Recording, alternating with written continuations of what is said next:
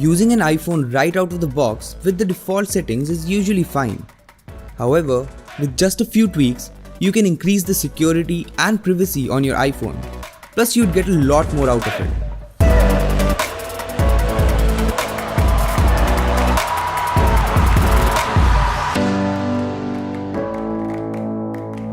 Hey guys, this is Akshay from vbomb.com, and today I'll tell you about some iPhone settings that you should change right away.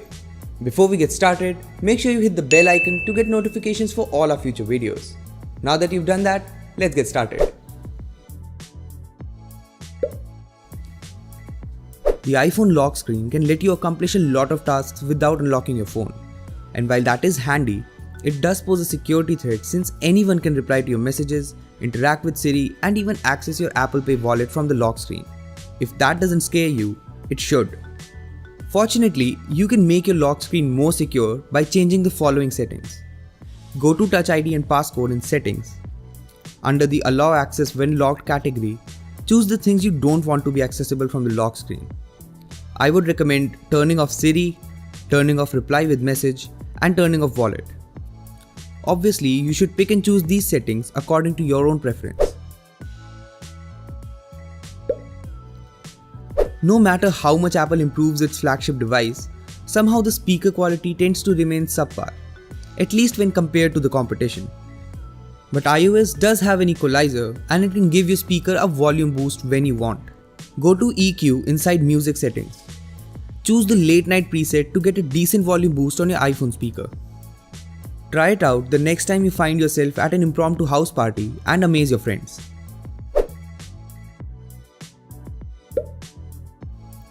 So Apple upgraded the base model iPhone to 32GB, but without any external card support, that space will fill up quite fast, considering all the 4K footage you can shoot and the high resolution images that the iPhone is capable of taking. To get around this, you can use a nice little setting that will save you anywhere up to 50% space on every image. In Settings, go to Camera. Here, tap on Formats and choose High Efficiency instead of Most Compatible. Your iPhone will then encode videos in the H.265 standard, which results in similar or even better quality in a much smaller file size.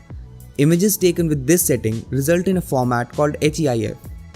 However, your iPhone will automatically export a JPEG when you try to share the image with a non-HEIF compatible device. So it's a win-win.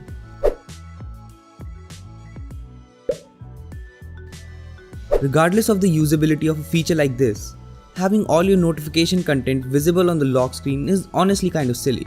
Not just that, it's also a privacy threat since anyone can read your personal messages without ever having to unlock your iPhone. Inside Settings, go to Notifications. In Show Previews, you can choose between Always, When Unlocked, and Never. Select When Unlocked and you're all set. Never is also a perfectly fine option to go with, but it may be seen as being a little paranoid. Choose at your own risk.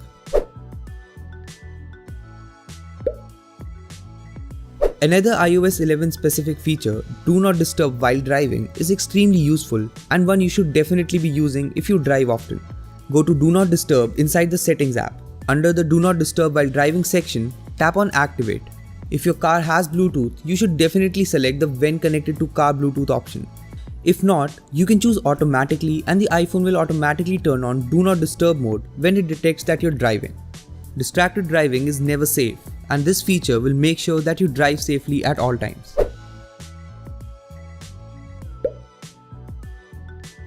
Having your phone stolen is never a fun feeling.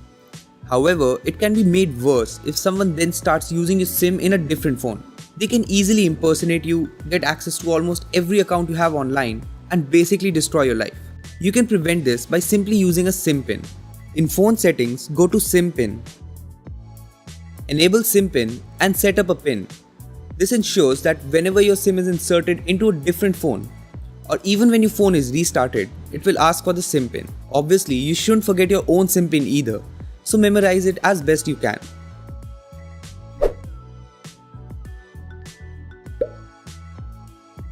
iOS 11 brought the ability to offload apps from your iPhone. This results in the app getting uninstalled, but all the documents and app-specific information still remain saved on your phone.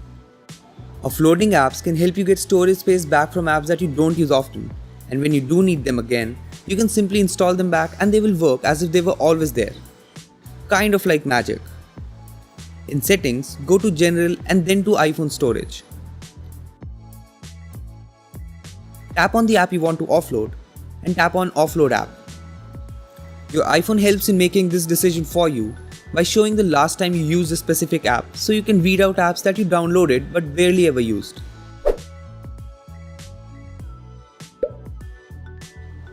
iPhone users have been asking for a dark mode since what feels like eternity, and Apple has finally delivered the feature. Well, almost. In settings, go to General, head over to Accessibility and then Display Accommodations. Tap on Invert Colors and enable Smart Invert.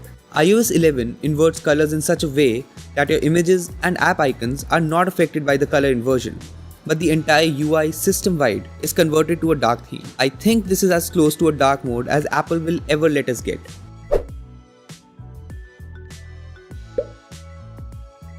Since iOS 10, iPhones require the user to actually press the home button to unlock the device and go to the home screen. If you prefer the old way of simply touching the home button to unlock and get to the home screen, all you need to do is go to Settings and then General. Here, head over to Accessibility. Tap on Home button and enable Rest Finger to open. Now, with Raise to Wake, you'll be able to open your iPhone by simply touching the home button, making the process far more streamlined.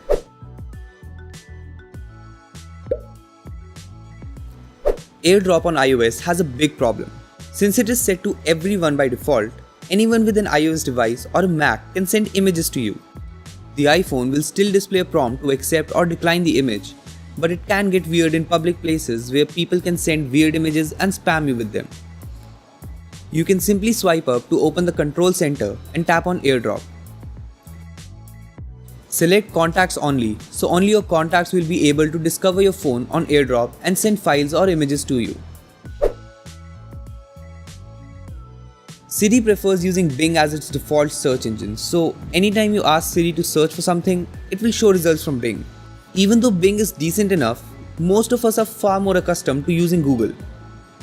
To make Siri use Google to search information, all you have to do is add Google before the command. Something like, "Hey Siri, Google iPhone tricks." Siri will tell you that it is searching Google for the keywords you mentioned and will display search results from Google instead of Bing.